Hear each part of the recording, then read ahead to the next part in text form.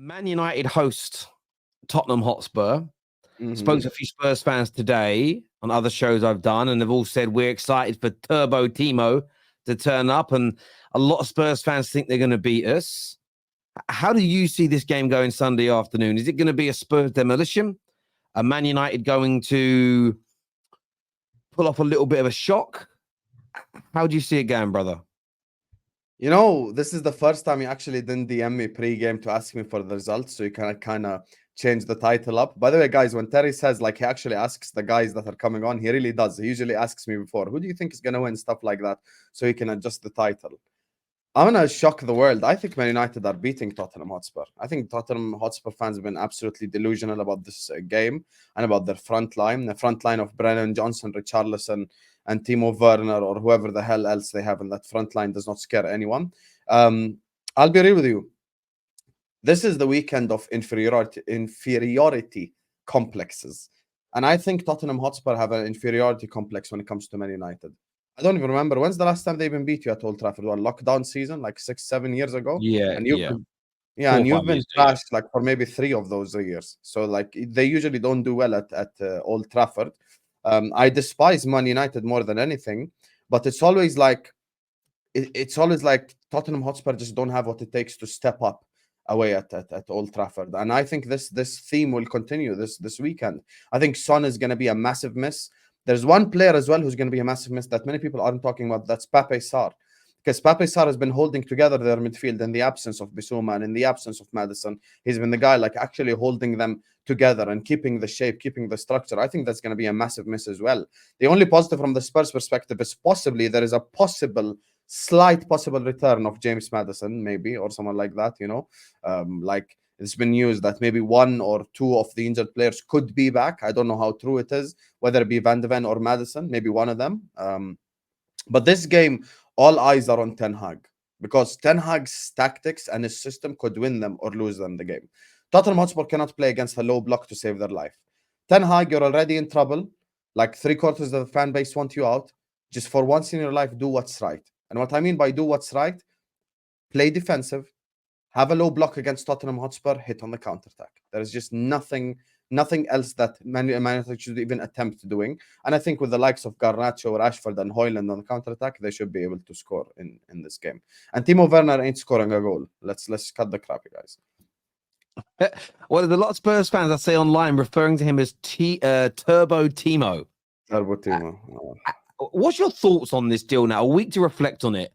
There's a lot of Tottenham fans getting excited about it. They think it's a bit of a master stroke. How do you see it, bro?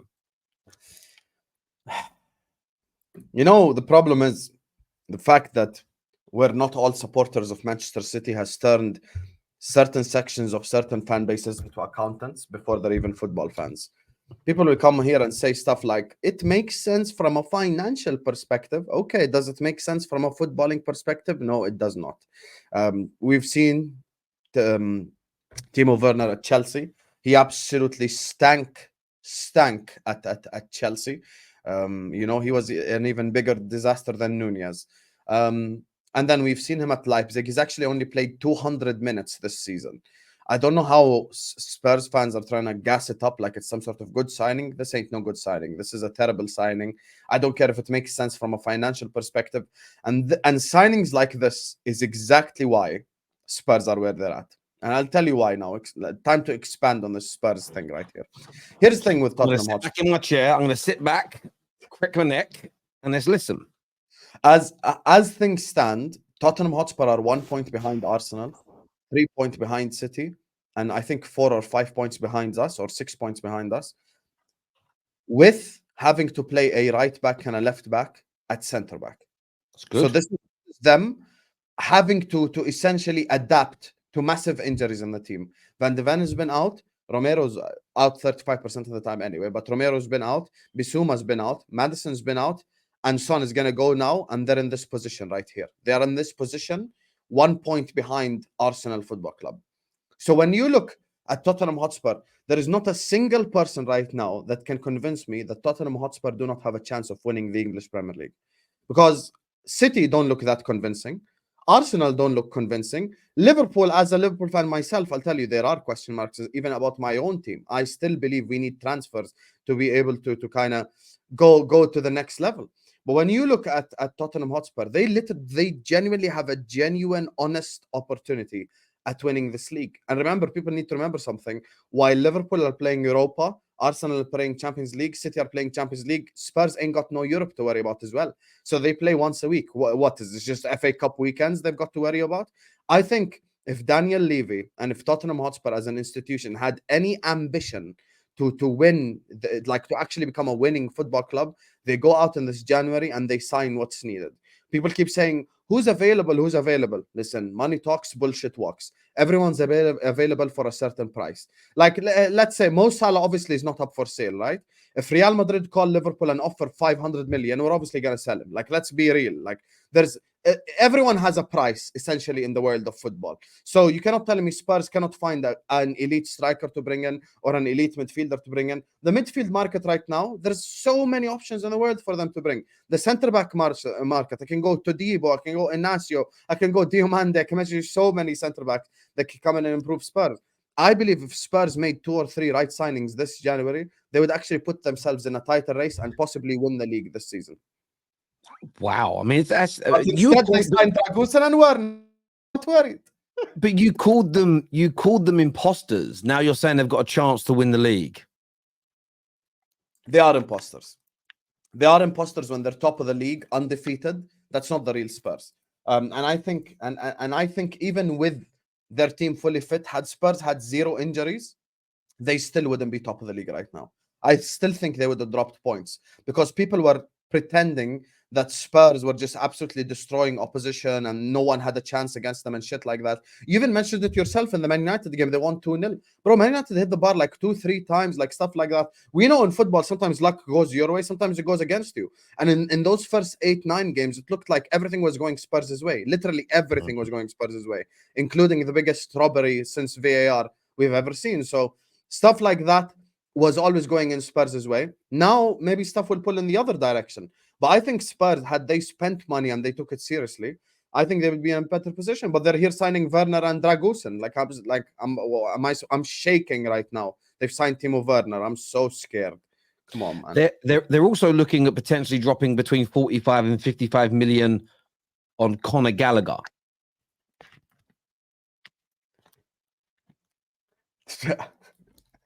This is exactly why they're not serious. This is exactly why they're not a serious football club. Conor Gallagher. You know, just ask Chelsea fans, would they sell him? They tell you yes right now. Literally right now.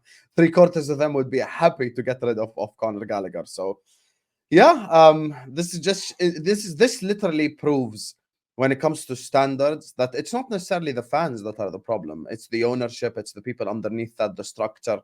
Daniel Levy. Ask yourself right now, does Daniel Levy really want to win the English Premier League? Does he? Because if he does, okay, Postecoglou's done really well. This team's done really well. Let me go out in January and spend 100 million on 2-3 players, improve this team, and help get us over the finish line. But instead, he doesn't do that. And they're more worried about from a business perspective type shit. So, yeah, I'll be honest. See, I'll sell him for free, Terry. Blues Empire. I bet if you ask any Chelsea fan in the chat, would they sell Conor Gallagher, they would 100% sell him. 100%. So yeah, I mean, most Chelsea fans, most Chelsea fans are buzzing about it. What do you make though of the statement from a lot of Spurs fans that if Big Ange wants him, we trust him? I actually saw this, and there's kind of been a tiny civil war in the Spurs fan base right now, and I love when there's a civil war in other fan bases, not my own. But other fan bases, I love it. I mean, you normally start most of the civil wars, to be fair, mate. Hey, listen, hey, harsh reality hurts some people. Anyway, back to Spurs with Tottenham Hotspur, right? And the Ange Postecoglou thing. Ange is not the Messiah.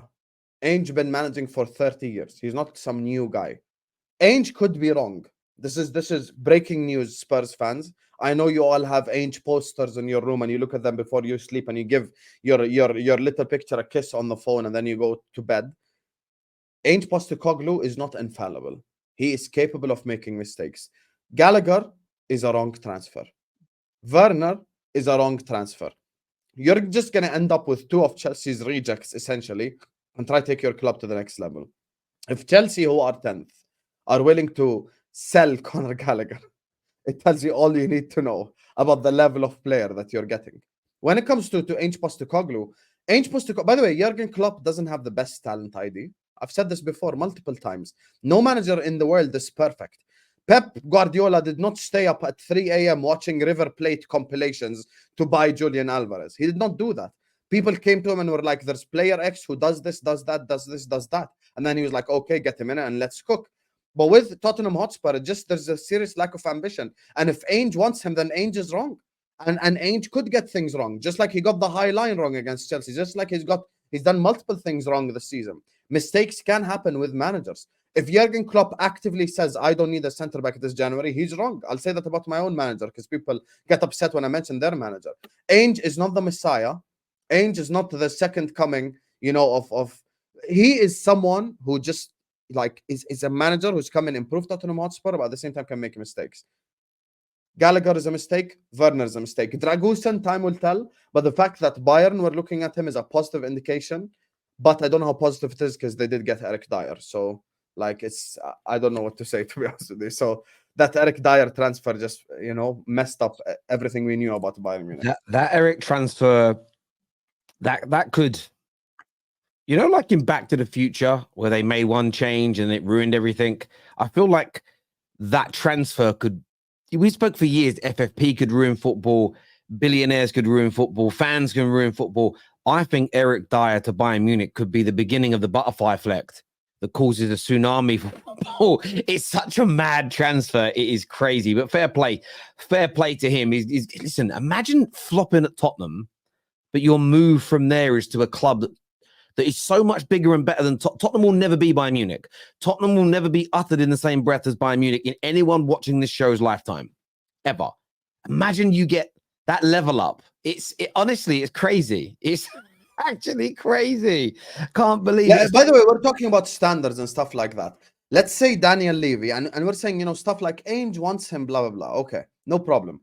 Let's say Daniel Levy walks into the Postecoglou office and is like, tomorrow, Tony, Palhinha, and Inacio are joining the club. Are you telling me Ange Postecoglou is going to go like, no, I really want Werner? Can we be real now? Because this is the problem. People say Ange want him. Like, if Daniel Levy, and by the way, Daniel Levy is capable of spending a shitload of money because they are so far away from breaking FFP rules because they literally had 2-3 years where they spent fuck all as well. And they just sold Harry Kane in the summer. So they have money, 100%. Yes, crazy one. How do you see this game going then? What would be your score prediction for Man United hosting Tottenham this Sunday? I actually think it's going to be a goal fest. I think we're going to get 5 goals in this game. I think Spurs lose this game 3-2. Man United win it 3-2. Old Trafford is a bad ground for Tottenham Hotspur to go to. And I think because defensively, I don't think both teams have been on it. I know people are saying Van de Ven is back. Van de Ven is not Paolo Maldini, respectfully. People are acting like he's Maldini. We get it. He's quick and he can stop counterattacks. But I think there's going to be a 3-2 win for Manchester United. I see a goal fest in this game. And yeah, I think they do end up winning the game, Man United. I hope we do. There's some positive news surrounding the club. Casemiro's back. Lisandro Martinez is back. For a lot of people, I'm kind of glad because there's a lot of Man United fans that think our fortunes are going to change. We're going to become a much, much better team again. Now, my hope is they're right. I'm sort of a football fan that if I'm predicting something negative for my team, because that's how I feel, I want to be wrong. I don't want to sit here and be like, oh, I was right. Because why would you ever celebrate your team being bad? It doesn't make sense to me. Just as an individual, each to their own, of course. I think we're going to win as well, though. I do think we'll win. Do you know what's crazy about it, though? We win. I think it prolongs things with Ten Hag. But I almost don't want him to lose either. Because all the news stories at the moment surrounding our club, if we sack Ten Hag,